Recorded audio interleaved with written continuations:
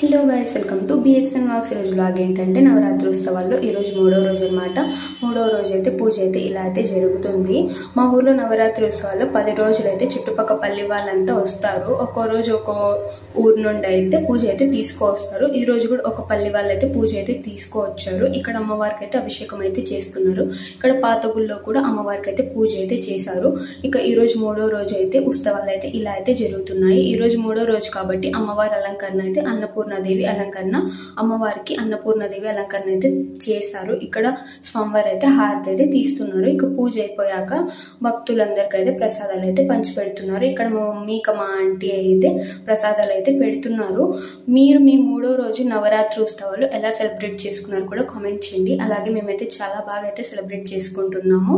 ఇక అలాగే అమ్మవారిది అన్నపూర్ణాదేవి అలంకరణ ఎలా ఉందో కూడా చూసి కామెంట్ చేయండి. బాయ్ గైస్, నెక్స్ట్ లో కలుద్దాం. మన ఛానల్ అయితే సబ్స్క్రైబ్ చేసుకోండి.